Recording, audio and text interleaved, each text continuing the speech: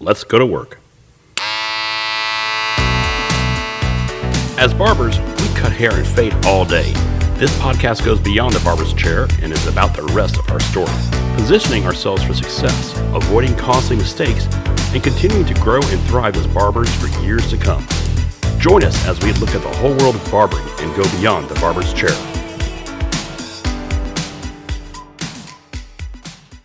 My barbering mentors and I agreed that one of the most important things that we can do as barbers is pay attention to what our bodies are doing so that we are not hurting ourselves or making the work any more painful or more stressful than it needs to be. I'm a big believer in trying to take care of the ergonomic factor. By what we're doing, we are automatically prolonging our lives and reducing pain and making ourselves better with what we do here.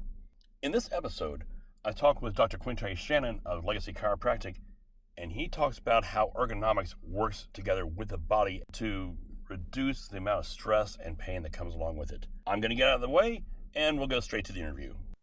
If I were to say, hey, here's a bunch of barbers, what would be something that you'd want to make sure that a bunch of barbers knew? Just from your profession or for whatever. What they knew about chiropractic. What they knew about chiropractic or taking care of themselves. If you were at a dinner party, hey, here's 10 barbers, and you had the opportunity to just pass on wisdom to them, what would you say?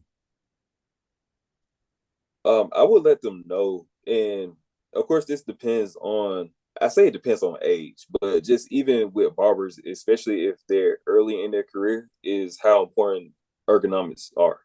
Being in a compromised position day after day after day for a long period of time can have a huge impact on your body.